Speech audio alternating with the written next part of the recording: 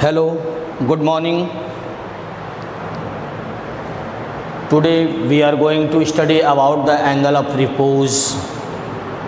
In previous video you watched about the friction and how many types of friction. Friction when two body rub each other, then the oppose of the relative velocity. It is three type: sliding friction, second limiting friction, and kinetic friction. And you learn about the angle of friction. But today we are going to the study about the angle of repose. What is the angle of repose? Angle of repose, it is the minimum angle that an inclined plane makes with the horizontal when a body placed just being to the slide down. मैंने बताया आपको कि जब हमने एक body को, angle of repose क्या है, आप एक बॉडी को सरफेस पे पुट करो और इसके एंगल को धीरे धीरे बढ़ाते जाओ, तो इसका वह मिनिमम एंगल जिस पे बॉडी स्लाइडिंग का वह मिनिमम एंगल जिस पे बॉडी क्या हो जाए, चलने लगे, इस एंगल को एंगल ऑफ रिपोज कहते हैं. मैं that minimum angle where body slide down on the incline surface. जब माने इंक्लाइन सरफेस का वह मिनिमम एंगल जिस पर बॉडी क्या करती है, नीचे की तरफ स्लाइड डाउन करने लगती है, चलने लगती है. माने हम एंगल को यदि धीरे धीरे इंक्लाइन प्लेन पे इंक्रीज कर जाते हैं, जैसे हमने एक चौक को ही अपने हाथ पे रखा है और इसको हम इंक्लाइन प्लेन की तरह एंगल को धीरे धीरे बढ़ाते जाएं, तो वह मिनिमम एंगल जिस पे यह चौक क्या कर जाए, स्लाइडिंग करने लगे डाउन नीचे की तरफ, जिस पे नीचे की तरफ चौक क्या कर देगा, चलने लगेगा, वही एंगल क्या होता है, एंगल ऑफ रिपोज. तो एंगल ऑफ रिपोज के लिए एक फॉर्मूला है, what relation between angle of repose and coefficient of kinetic friction. Suppose a incline plane, inclination angle भी थीटा. हमने सपोज किया एक इंक्लाइन प्लेन का इंक्लिनेशन एंगल जो है वह क्या है, थीटा है, और इस सरफेस पे एक बॉडी, इंक्लाइन सरफेस पे एक बॉडी मैंने पुट कर दिया है, एक ब्लॉक मैंने पुट कर दिया है, और यह बॉडी स्लाइड डाउन कर रही है, नीचे की तरफ आना चालू करती है नीचे. तो इसका मतलब इसका फ्रिक्शनल फोर्स जो काइनेटिक फ्रिक्शन है यक के, वह किधर होगा, अपोजिट, अपोज करेगा, इसका नीचे आने का अपोज करता है. और यह बॉडी का ब्लॉक का वेट है mg. तो mg के कितने कंपोनेंट्स होंगे, mg के दो कंपोनेंट्स होंगे. एक mg जो रिएक्शन से, एक कंपोनेंट से होगा जो रिएक्शन फोर्स से क्या होगा, दिस एंगल भी theta, because it is theta, so this angle भी थीटा, यह एंगल भी थीटा हो गया. तो यह एंगल यदि थीटा है तो थीटा से लगी हुई साइड जो होती है वो क्या होती है, बेस होती है. तो बेस अपॉन हाइपोटेन्यूज के अनुसार यह कौन सा होगा, component mg cos theta. Okay, and this is perpendicular, so ये इसके पैरेलल है, इसके पैरेलल ये है, तो यह क्या होगा आपका mg sin थीटा. यह मैंने आपके वेट का, mg का, ब्लॉक का जो वेट है mg, उसका दो कंपोनेंट्स मैंने निकाला. एक mg cos थीटा जो इससे सटी हुई साइड थी और इसके फ्रंट वाली साइड थी, mg sin थीटा होगा, जिसके पैरेलल यह साइड है, तो mg sin theta, mg sin theta हो गया. अब यह बॉडी स्लाइड डाउन कर रहा है, एंगल थीटा अगर है, अच्छा यह जो mg cos थीटा है, क्या ब्लॉक जो है वह इंक्लाइन सरफेस को तोड़ के नीचे जा रहा है, यदि यह बेडी बनाइए तब, या सोच के देखिए, अगर इस पे ब्लॉक पड़ा हुआ है या चाक पड़ा हुआ है, तो चाक हमारे फिंगर से नीचे की तरफ नहीं गिर रहा है और ना ही मेरी फिंगर इसको ऊपर थ्रो कर रही है. इसका मतलब जो ऊपर का रिएक्शन फोर्स है वह बैलेंस किससे है, इसके वेट से. रिएक्शन फोर्स बैलेंस हो गई वेट से.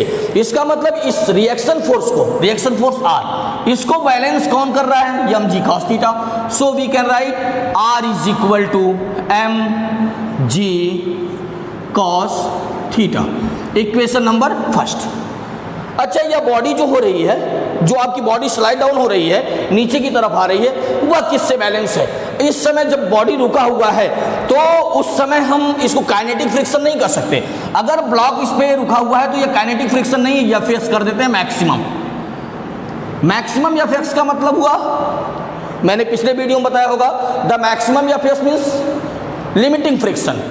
एफएस नहीं, लिमिटिंग फ्रिक्शन का ही फार्मूला होता है कि कोई भी फार्मूला स्टैटिक फ्रिक्शन का नहीं है। जो भी फार्मूला है वह फार्मूला आपके लिमिटिंग फ्रिक्शन का है, और मैं बार बार लिमिटिंग फ्रिक्शन को एफएस मैक्सिमम से दिखा रहा हूं। मतलब इससे ऊपर जाने के बाद बॉडी स्लाइड डाउन हो जाएगी, नीचे की तरफ चल देगी। तो अगर एफएस मैक्सिमम रखा है मैंने, अभी बॉडी चली नहीं है, मूव नहीं की है, मूव करने वाली है, इसका मतलब यह हुआ कि यह भी इसके इक्वल है। तो एफएस मैक्सिमम जो है यह किसके इक्वल है, M G sine theta. Equation second को हम फर्स्ट से डिवाइड कर देते हैं। एफएस मैक्सिमम अपॉन आर, मानी reaction, R means reaction force R is equal to M G sine theta upon M G cos theta. M G से cancel, F S maximum means limiting friction upon reaction force is equal to sine upon cos. Trigonometry में आपने formula पढ़ा होगा, sine theta upon cos theta means tan theta. Tan theta means tan theta is equal to mu S. FS upon R means mu S. आपको मैंने पीछे बताया था यह किसके इक्वल होता है, FS upon R. FS upon R is equal to coefficient of the static friction.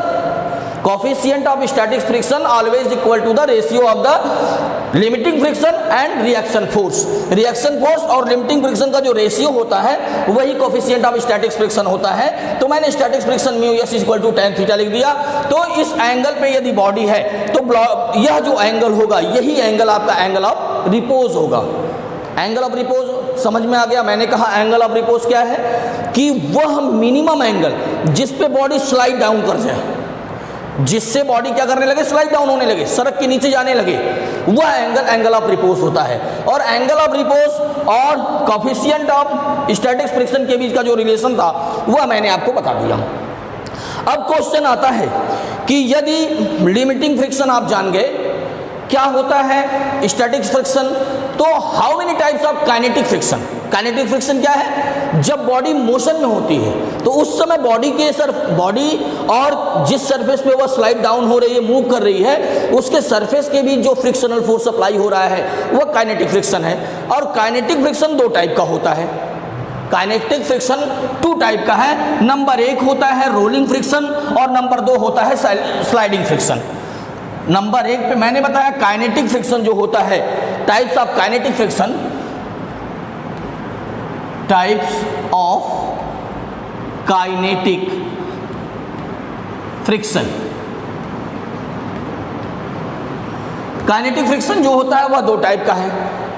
Number एक पे तो होता है रोलिंग फ्रिक्शन, और सेकंड नंबर पे होता है स्लाइडिंग फ्रिक्शन।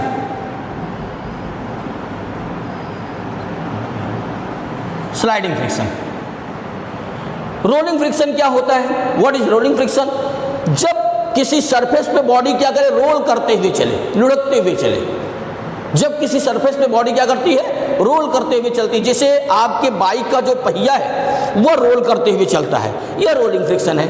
और यदि हम किसी ब्लॉक को खींचे या धक्का दें तो वह बॉडी पे क्या करता है, सरक के चलता है। जैसे मैं एग्जांपल के लिए इस डब्बे की बात करता हूँ, यह ब्लॉक है, तो अगर हम ब्लॉक को बात करें तो ब्लॉक पे यदि मैं फोर्स अप्लाई करता हूँ तो यह खिसक के चलता है, इसे स्लाइड करते हुए चलता है, इसे स्लाइडिंग फ्रिक्शन कहते हैं। और अगर चाक की बात करें तो चाक रोल करते हुए चलता है, यह रोलिंग फ्रिक्शन है।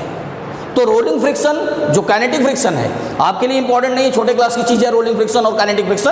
तो रोलिंग फ्रिक्शन, बॉडी यदि रोल करते हुए चलती है तो रोलिंग है, और बॉडी यदि स्लाइड करते हुए चलती है तो वह फ्रिक्शन जो होता है आपका, यदि बॉडी स्लाइड करते हुए चलती है तो स्लाइडिंग फ्रिक्शन, रोल करते हुए चलती है तो रोलिंग फ्रिक्शन। तो लॉ ऑफ रोलिंग फ्रिक्शन क्या इंपॉर्टेंट आपके लिए है, what is law of rolling friction? Laws of rolling friction दो होता है। Laws of rolling friction, laws of rolling rolling friction.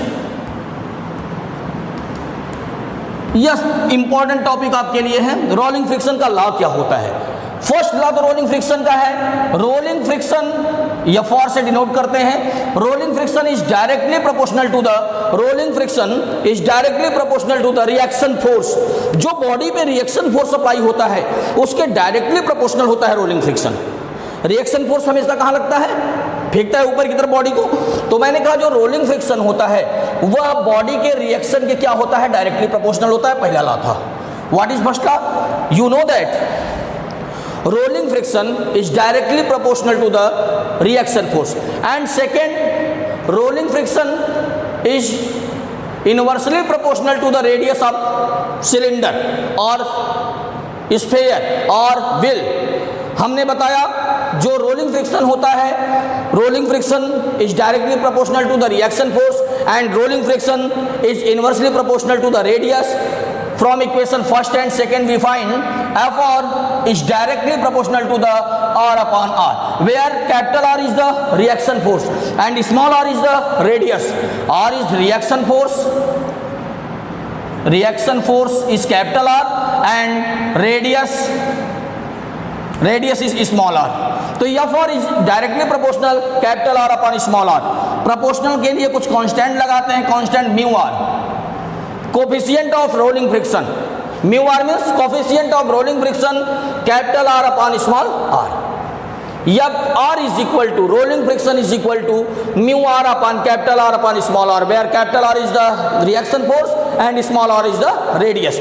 But यह फॉर्मूला तभी लागू होगा, यह फॉर्मूला तभी वैलिड है जब बॉडी स्लाइडिंग विदाउट स्लीपिंग करे, रोलिंग विदाउट स्लीपिंग करे, बॉडी बिना खिसके लुढ़कते हुए चले। बॉडी स्लाइड नहीं करती, बॉडी थोड़ा सा भी स्लाइड नहीं करती बल्कि क्या करती है? रोल करते हुए चलती है। उस समय यह फॉर्मूला अप्लीकेबल होगा। यह फॉर्मूला कब अप्लीकेबल है? When the body rolling without sleeping.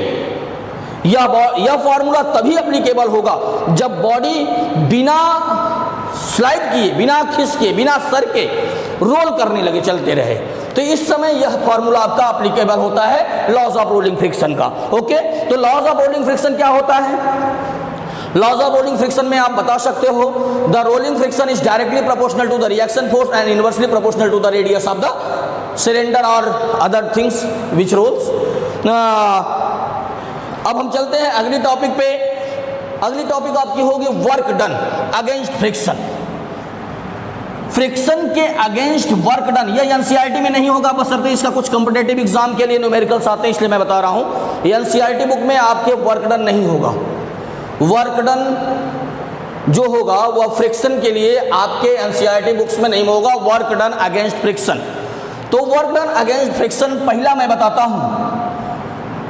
Work done against friction when a body sliding horizontal surface,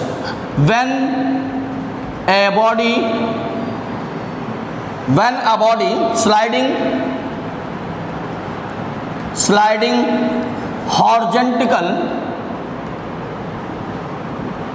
horizontal surface, जब बॉडी हॉरिजॉन्टल सरफेस पे स्लाइड करती है उस समय इस बॉडी से वर्क डन कितना होगा? Suppose A block put on a surface, suppose A block which mass is m put on a surface and apply a force Fs and body reach at the point B।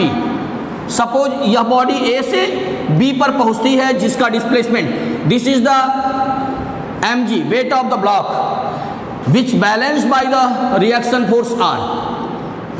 in this direction apply the reaction force। इस direction में कौन सा force apply होता है body पे reaction force. वह कौन सा फोर्स होगा? रिएक्शन फोर्स माने frictional force, not reaction force, frictional force. कौन सा फ्रिक्शन? बॉडी चल रही है आगे की तरफ, मतलब काइनेटिक फ्रिक्शन। बॉडी को हम पुश कर रहे हैं, धक्का दे रहे हैं, बॉडी कहाँ जा रही है? आगे की तरफ जा रही है। तो बॉडी के और सरफेस के भी जो फ्रिक्शन होगा वह काइनेटिक फ्रिक्शन होगा। तो एफ के है और बॉडी पे मैंने फोर्स यह अप्लाई कर दिया है। अगर बॉडी पे मैंने फोर्स अप्लाई किया है, वह फोर्स क्या है जो भी हो, तो यह फ्रिक्शनल फोर्स आर, यह पी है।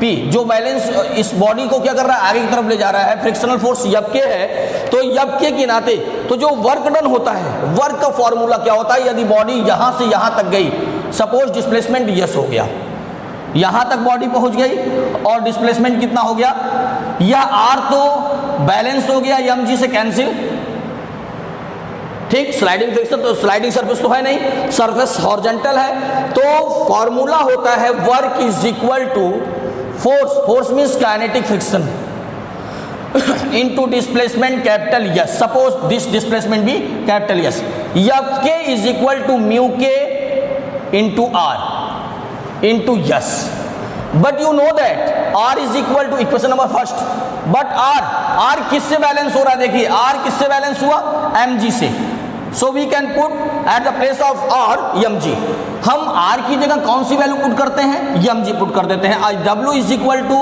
Mu K into M into G into S, okay, this is the work done on horizontal surface, जब किसी ब्लॉक को हम हॉरिजॉन्टल सरफेस पे पुश करते हैं, उस समय अगर ब्लॉक यस डिस्प्लेसमेंट कवर करता है तो जो वर्क होगा वह mu K M G S होगा, वेयर म्यू के क्या है, mu K is the coefficient of kinetic friction, M is the mass of block, G means gravity which value is 9.8 और 10 metre per second square and S is the displacement.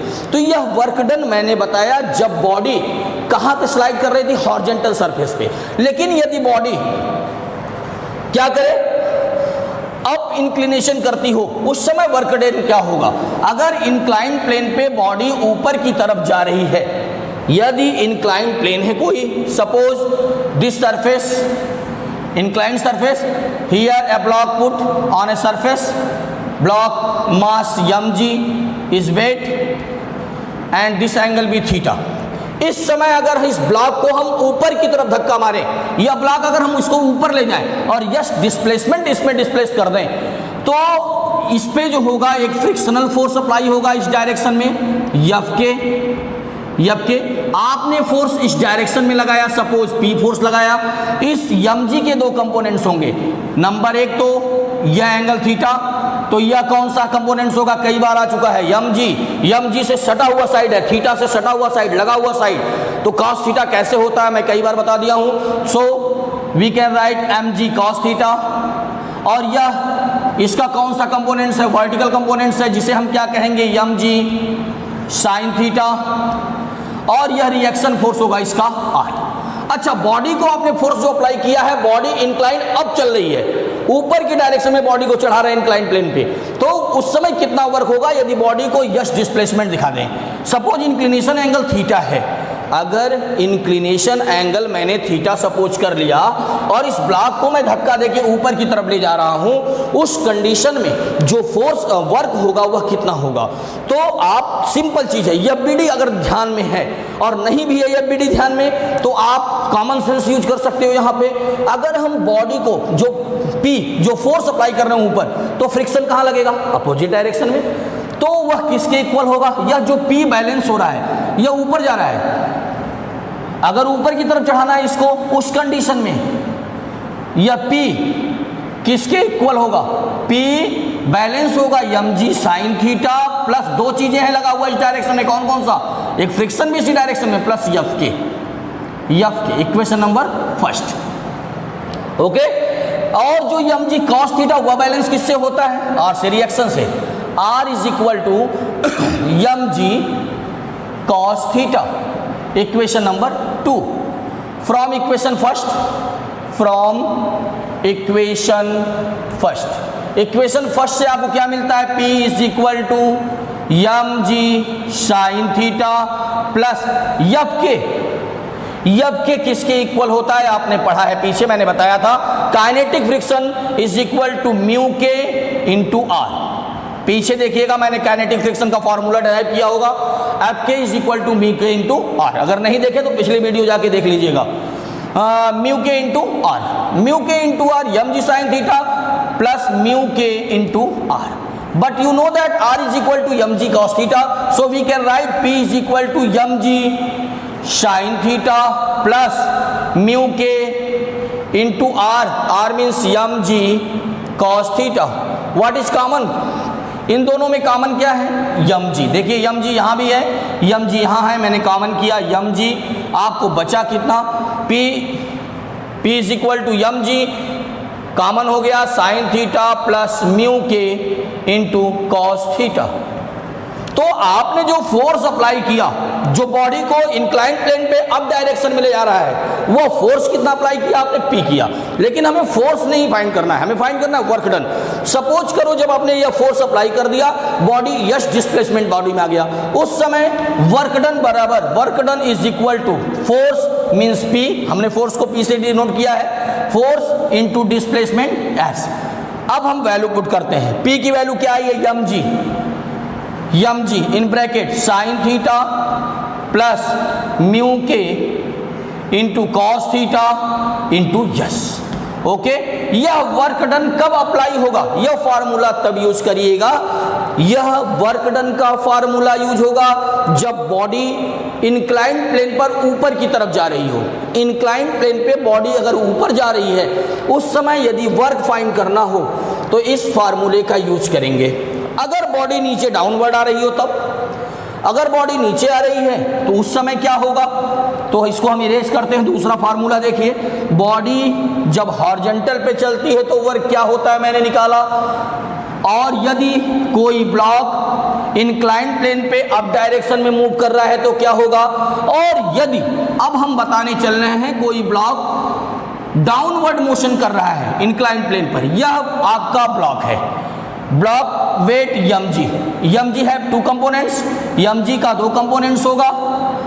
कौन कौन सा? Suppose this angle भी, inclination angle भी theta, so this is theta and this components M G cos theta, कई बार मैंने निकाल दिया। यह बैलेंस होता है रिएक्शन आर से। अच्छा, बॉडी यदि हम ऊपर की तरफ ले जा रहे थे तो फार्मूला आपने देखा, यदि बॉडी डाउनवर्ड आ रही है, बॉडी डाउनवर्ड आ रही है तो फ्रिक्शन कहाँ अप्लाई होगा? ऊपर की तरफ। यह काइनेटिक फ्रिक्शन इस बार इस डायरेक्शन में अप्लाई होगा। अब मैंने बताया है, जिस डायरेक्शन में फोर्स अप्लाई होता है उसके अपोजिट डायरेक्शन में फ्रिक्शनल फोर्स अप्लाई होगा। तो यदि फ्रिक्शनल फोर्स यब के ऊपर अप्लाई हो रहा है, बॉडी का यह कौन सा कंपोनेंट है? वर्टिकल कंपोनेंट, जो यम जी साइन थीटा होगा, और इसी डायरेक्शन में आपने फोर्स भी अप्लाई किया पी। तो आप रिएक्शन किससे बैलेंस कर दिए? या बीडी के अनुसार, या कॉमन सेंस यूज करके देख लीजिएगा। ये अरे भाई, ना तोड़ के ब्लॉक नीचे आ रहा है, ना या ब्लॉक को ऊपर उठा के फेंक रहा है, तो दोनों बैलेंस में है। तो हम लिख सकते हैं R is equal to M G cos theta, equation number first. अब यहां पे देखिएगा, यह एफ के अकेले हैं जो बैलेंस कर रहा है किसको? P plus M G sine theta को। अरे भाई, P plus M G sine theta नीचे की तरफ डायरेक्शन है, इसका डाउनवर्ड है, और एफ के अकेले ऊपर अप्लाई हो रहा है, तो we can write F K P plus M G sine theta is equal to F K. F K equation second, P is equal to F K minus M G sine theta. But आप जानते हो F K किसके equal होता है? Mu के। F के equal to mu K माने coefficient of kinetic friction into R, and R is equal to M into G. अरे भाई, आपने देखा एम जी कॉस थीटा से बैलेंस हो रहा है, एम जी कॉस थीटा से बैलेंस हुआ है यार। तो हम लिख सकते हैं P is equal to mu K into M G, R की वैल्यू पुट कर रहे हैं, cos theta minus M G sine theta. इन दोनों टॉपिक में कॉमन क्या है? M G. मैं क्या लिख सकता हूं? म्यू के cos theta minus sine theta is equal to P. यह तो फोर्स अप्लाई हुआ जब बॉडी, जो ब्लॉक है, वह डाउनवर्ड मोशन कर रहा हो इंक्लाइन प्लेन पे। यदि ब्लॉक इंक्लाइन प्लेन पे डाउनवर्ड मोशन करता है, अगर पूछता है उस ब्लॉक पे कितना फोर्स अप्लाई हुआ जब इंक्लाइन प्लेन पे ब्लॉक चल रहा है, तो आप फोर्स यह बताओगे। लेकिन आपको फाइंड करना था वर्क डन। तो work is equal to, formula आप जानते हैं, force into displacement, force P into suppose displacement S है, P की वैल्यू पुट करेंगे M G in bracket mu के cos theta minus sine theta into S. तो यह आपका था ब्लॉक का जब ब्लॉक नीचे की तरफ डाउनवर्ड मोशन कर रहा हो, उस कंडीशन में आपको मैंने यह फॉर्मूला बता दिया कितना वर्क डन होगा। तो आज की टॉपिक इतना ही, इसी पे ब्लॉक करते हैं। हमने बताया क्या होता है एंगल ऑफ रिपोज, एक बार थोड़ा सा शॉर्ट में देख लीजिएगा। एंगल ऑफ रिपोज होता है वह है मिनिमम एंगल जिससे बॉडी क्या कर दे, डाउनवर्ड माने नीचे की तरफ चलने लगती है, वह होता है एंगल ऑफ रिपोज। और एंगल ऑफ रिपोज में सबसे पहले मैंने आपको बताया जो काइनेटिक फ्रिक्शन था, काइनेटिक फ्रिक्शन दो टाइप का था, रोलिंग फ्रिक्शन, स्लाइडिंग फ्रिक्शन। यदि बॉडी रोल करते हुए चलती है रोलिंग फ्रिक्शन, यदि बॉडी स्लाइड करते हुए चलती है तो स्लाइडिंग फ्रिक्शन होता है। रोलिंग फ्रिक्शन का दो लॉ मैंने बताया। फर्स्ट लॉ यह था कि rolling friction is directly proportional to the reaction force and rolling friction is inversely proportional to the radius. यहां से आपने रोलिंग फ्रिक्शन देख लिया। इसके बाद रोलिंग फ्रिक्शन के बाद आपको मैंने बताया यदि कोई बॉडी या कोई ब्लॉक जब हॉरिजॉन्टल सरफेस पे है और उस पर मैंने फोर्स अप्लाई किया है तो यश डिस्प्लेसमेंट तक ले जाने में उसमें कितना वर्क करना हुआ। इसके बाद मैंने आपको बताया यदि बॉडी इंक्लाइन प्लेन पे और अप डायरेक्शन में जा रही है उस समय हमें उस ब्लॉक को ले जाने में कितना वर्क करना होगा। और यदि बॉडी इंक्लाइन प्लेन पे नीचे की तरफ आ रही है उस समय ब्लॉक को नीचे लाने में कितना वर्क करना होगा। आज की वीडियो में मैंने आपको यह बताया। अगला वीडियो, यह आपके एनसीईआरटी कोर्स नहीं था, एनसीईआरटी कोर्स में आपके वर्क नहीं है, लेकिन एनसीईआरटी बुक में नहीं मिलेगा, बशर्ते आपके कंपटीशन लेवल के लिए बहुत इंपॉर्टेंट टॉपिक थी, इसलिए मैंने इसको पढ़ाया। कल इस चैप्टर का अगला वीडियो जो होगा हो सकता है आखिरी वीडियो हो इसका, और न्यूमेरिकल इसके बाद मैं सॉल्व करवाऊंगा। थैंक्स।